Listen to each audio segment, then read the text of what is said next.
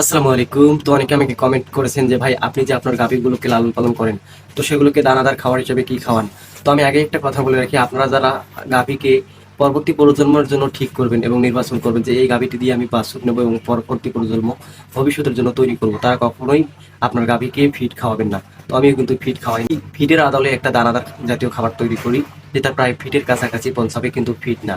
তো চলুন সেই প্রসেসটা আপনাদেরকে দেখাই, আমি কি কি এবং কত পার্সেন্ট করে কি কি দিচ্ছি সেই বিষয়টা আপনাদের মধ্যে শেয়ার করবো, চলেন। ভুট্টা মূলত আমার বাড়িতেই ছিল, সেজন্য ভুট্টাগুলোকে একটু শুকানোর জন্য দিলাম। কারণ হচ্ছে একেবারে কাঁচা ভুট্টা যদি নিয়ে গিয়ে মেইলে বানিয়ে আনি তাহলে হচ্ছে যে গরু খেলে অনেক সমস্যা হতে পারে। সেজন্য আমি একটু বানিয়ে নেওয়ার জন্য শুকিয়ে নিচ্ছি রোদে।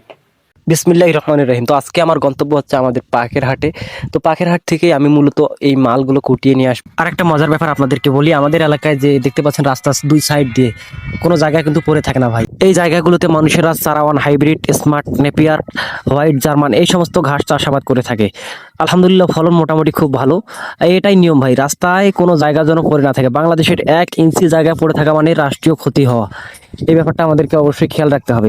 তো আমার গন্তব্য ছিল পাখিরহাট, আর দেখতে দেখতে আলহামদুলিল্লাহ পাখিরহাটে প্রবেশ করে ফেললাম। পাখিরহাটের আজকের এই মুহূর্তটা ছিল অত্যন্ত চমৎকার এবং সুন্দর।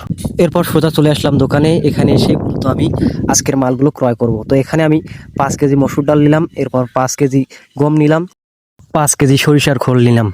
তো আমি আগেই বলেছি ভিডিওর শুরুতে যে আমি ফিটের আদলেই একটা হালকা করে গরুর জন্য দানাদার জাতীয় খাবার তৈরি করব। সেক্ষেত্রে আমাকে বেশি খরচ যেন না হয় সেদিকে আর কি খেয়াল রাখতে হবে। তো সেই বিষয়টা মাথায় রেখে আমি মূলত এই সব জিনিস আর কি ক্রয় করেই চলে আসলাম। সোজা মিলে এসে এগুলো মিক্সার করার জন্য দিয়ে দিলাম। তো তারা মিক্সার করতেছে, আপনারা দেখতে পাচ্ছেন খুব সুন্দরভাবে, একেবারে সুন্দরভাবে মসৃণ করে তারা মিক্সার করলো। তো এবার আমিও একটু দেখি পারি কিনা। তো সেই ক্ষেত্রে আমি একটু দেওয়ার চেষ্টা করলাম এবং অপর সাইডে দেখতে পাচ্ছেন সরিষার খোলগুলো গরম গরম তাজা বের হচ্ছে। তো সেখান থেকে কিছু কিনে আবার সেখানে দিলাম গরম সরিষার খোল। সব মিলে এতটুকুই। তো আজকে আমি যদি হিসাব করি মোটে আমার এই দানাদার জাতীয় খাবারটা প্রায় 45 থেকে 48 এর মধ্যেই পড়েছে, এর বেশি কিন্তু আগায়নি।